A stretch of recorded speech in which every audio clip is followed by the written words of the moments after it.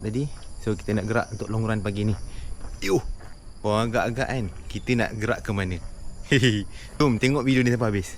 Macam biasa kita kena tempuh dulu bukit ni. Jom. Pagi. Kilometer 1 pace 8.14. Kilometer 2 pace 6.56. Kilometer 3 pace 7.17. Dah sampai dekat Ocean Center Point.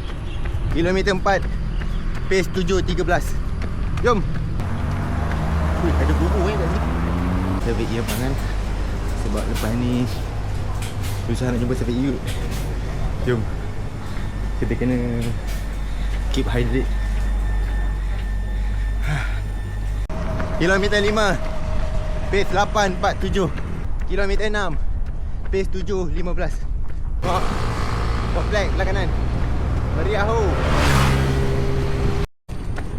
Kilometer 7 pace 6.53.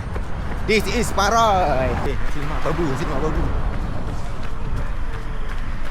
Kilometer 8 pace 6.51. Kilometer 9 pace 7.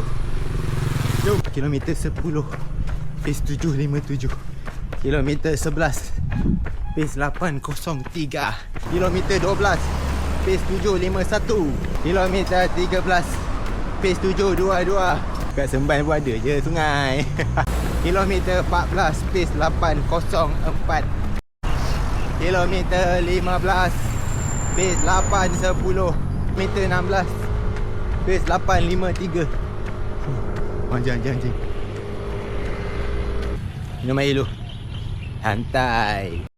Kilometer 17 pace 10.34. Kilometer 18 pace 9.28. Alhamdulillah. Cukup lah LSD hari ni.